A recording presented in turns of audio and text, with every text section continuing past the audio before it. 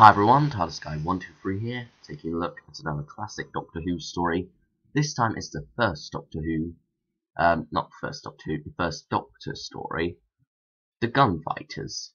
So this features the first Doctor, Dodo and Stephen, and is of course set in the Wild West.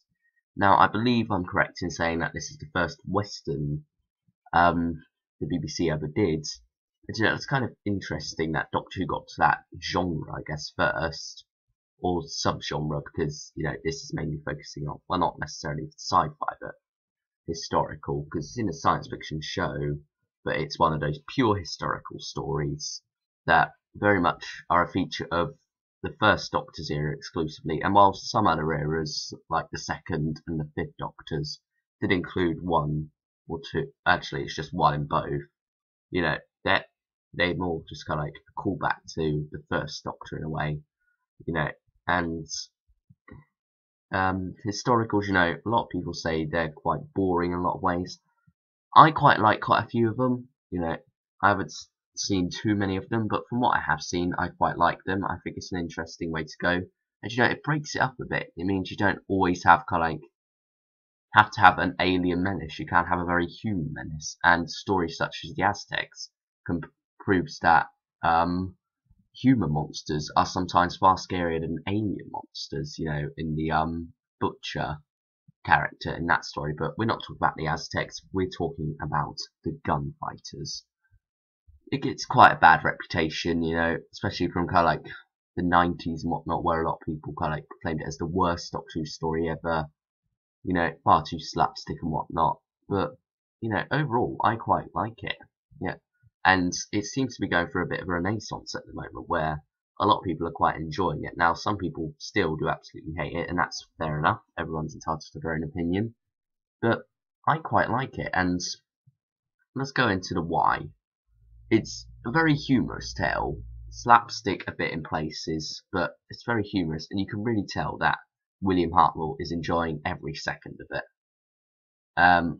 So yeah, obviously, as I said, it's got a lot of black humour as well, in some places, especially towards the end.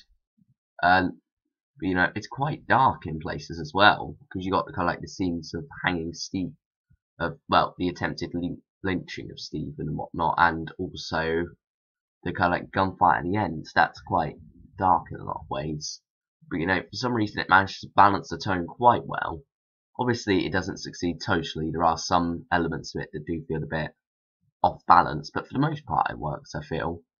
And especially, it kind of like goes through a evolution where at the start it's rather comedic, and then by the time you get to the end, it's quite serious and a very kind of like it's very much against violence and whatnot. And your thoughts very much with the Doctor, but you know he can't prevent it in the end. And very much, he isn't part of the final fight at all.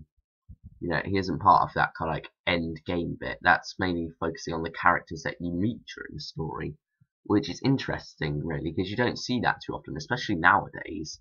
Much of the resolution is left to the Doctor, but here he's entirely left out of it, and the only one who really gets involved out of the regulars is Dodo, and that's more of kind of like, I'm not sure really. She just does get involved, tries to save Doc Holliday. Ends up making the situation worse for him, but he's able to get out of it himself in the end. And yeah, you do kind of like get this feeling that I actually watched this all in one go, surprisingly. Not sure how I lasted, but I did. I did quite enjoy watching all in one go, actually. But yeah, anyway, yeah, as I was saying about characters and whatnot, they are very well done, the characters in this, you know. And I think the writer I'm not sure who the writer is for this one actually, but I think he did a very good job of it.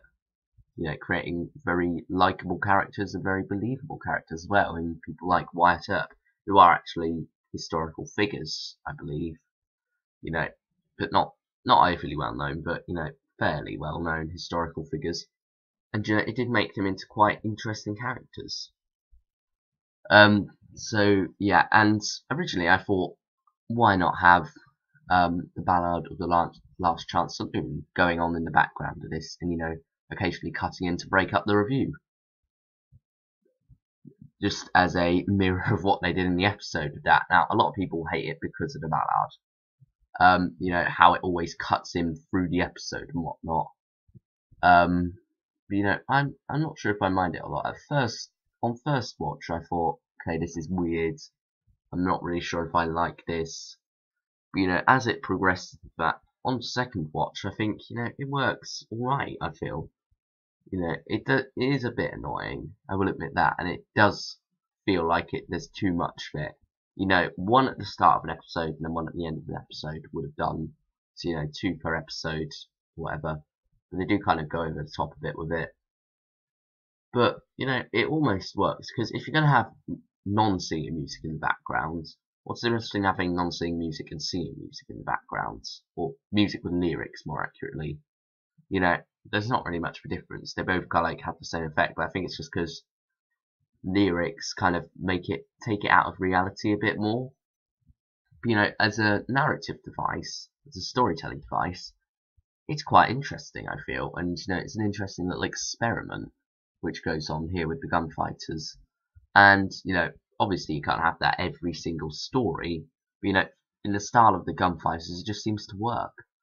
And then, of course, you have Stephen doing the song as well, the ballad, The Large Chance Saloon, with Dodo playing the keyboard and not the keyboard, the piano, and whatnot. And that's, you know, you can kind of like tell that Peter Purvis is not enjoying it, and that's it. I don't know why Stephen gets such a bad reputation. I find him to be quite a good character.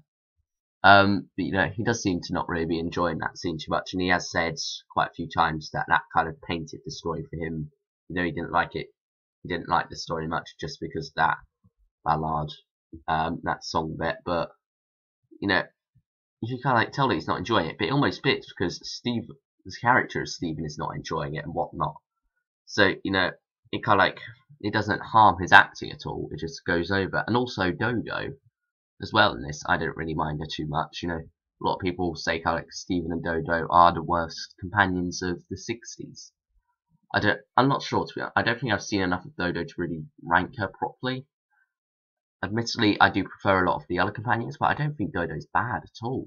I think she's quite a good companion, really, and, you know, a very good foil for Stephen and the Doctor.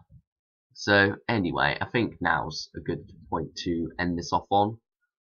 I'd probably give the story a 7 out of 10 overall. You know, as a Western goes, it's quite good. You know, I'm not sure whether I'd rather watch this or A Town Called Mercy. I don't know. I think I've only seen A Town Called Mercy once, so I might have to give that a rewatch, see if I like it better or not. But, you know, overall, the Gunfighters, not as bad as its reputation would make it out to be.